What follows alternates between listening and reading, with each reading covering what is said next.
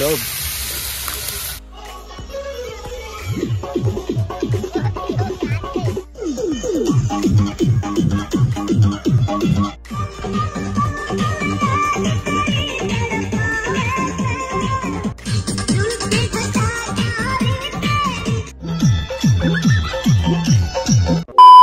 খোঁজ খোঁজ ভালো করে উনুন খোঁজ।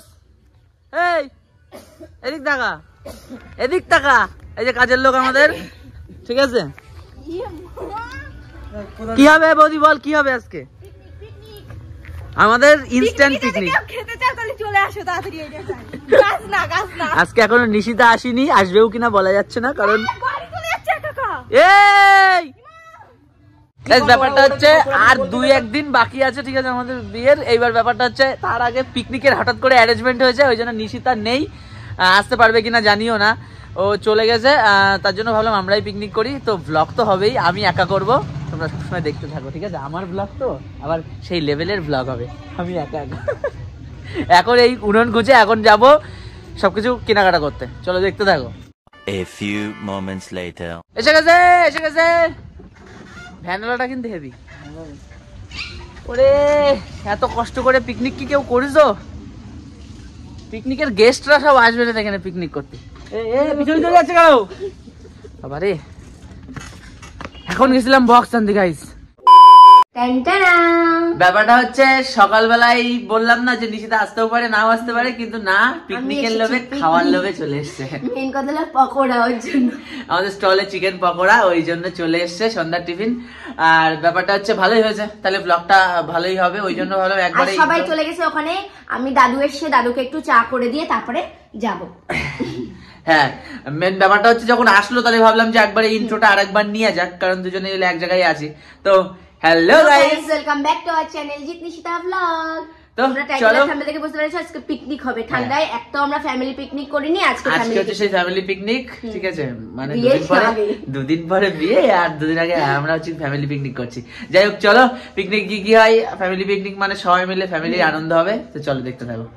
তো সন্ধ্যাবেলা সবার প্রথমে আমাদের পকোড়া দিয়ে পিকনিকটা শুরু হলো। আর এই যে রান্না করছে দেখছো, এটা হলো আমাদের ছোটি, আর বৌদি ছোটিকে হেল্প করে দিচ্ছিল। আজকের ব্লগটাতে আমাকে পুরোটাই ভয়েস ওভার দিতে হবে, কারণ পাশে মাইক বাজছিল। আর এই তো আমি এখানে শ্বশুর মশাই চিকেন পকোড়ায় আমি ভাগ বসাচ্ছি। কি বৌমারে বাবা! এদিকে আরেক নাচনির কাজ দেখো, আমি ওনার ছেলেকে ঠেকিয়ে পাচ্ছি না, আর উনি নাচ করেই ফায়ার করে দিচ্ছে। চিকেন পকোড়া এমন একটাই জিনিস, যতই দাও ততই চাই, পোষায় আর না। খোলা থেকে লাবাতে লাবাতেই পকোড়া শেষ, সস দিয়ে খাওয়ার টাইমই দিচ্ছে না। এদিকে দেখো 2 মাই পকোড়া দিয়ে টুরুলাপ করছে, একটা হলো আমার জেঠি আর একটা হলো আমার শাশুড়ি মা। সবাইকে দিয়ে থুয়ে আমি এবার একটু জমিয়ে খাবো। শুধু কি আমি একা খেলে হবে, আমার জান পাখিটাকেও একটু দিতে হবে।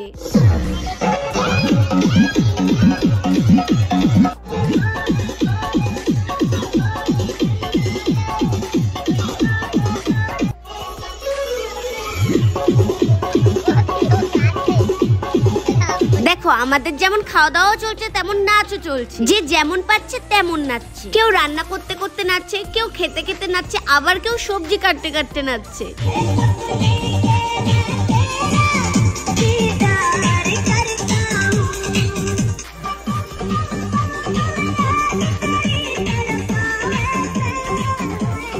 যাই হোক, আমাদের পিকনিকের মেন রান্না বান্নাগুলো কিন্তু এবার শুরু হয়ে গেল। আমাদের মেনুতে প্রথমেই রয়েছে ভেজ ডাল, আর সেটাই এখন সবাই মিলে রান্না করা হচ্ছে। এই যে দেখছো দুজন গল্প করছে, এটা হলো আমার দাদা আর কাকা। যে টুপি পরে আছো তাকে তো সবাই চেনো, ওটা হলো আমার দাদা, আর পাশে যেটা দাঁড়িয়ে আছে ওটা হলো কাকা। ম্যাডামের খাওয়ার আর শেষ নেই, ওখানে স্যালাড কাটা হয়েছে, সেটাও ম্যাডাম খাবে, তাই ওকে 2টো শসা এনে দিলাম। আমাদের মেনুর প্রথম আইটেম ডাল রান্না করা কমপ্লিট, এবার হবে মাংস।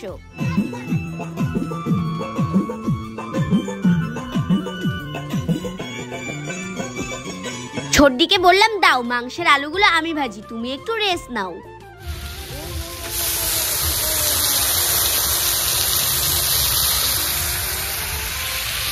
লোভ।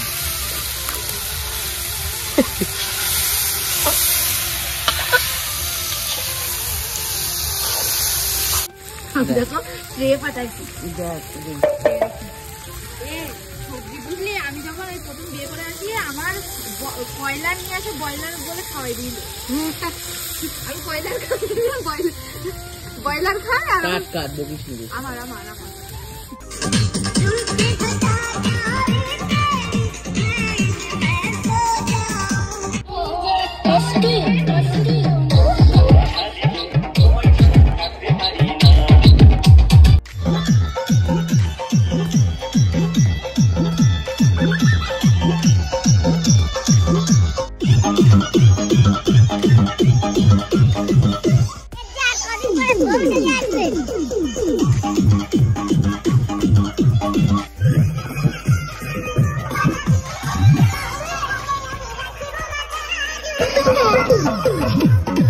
মোটামুটি সবই ঠিক ছিল, কিন্তু এতটা ঝোল পড়েছে কেন বলো তো? আমাদের কাকাই ঢাকা মাংসের উপরে পা ঢুকিয়ে দিয়েছিল।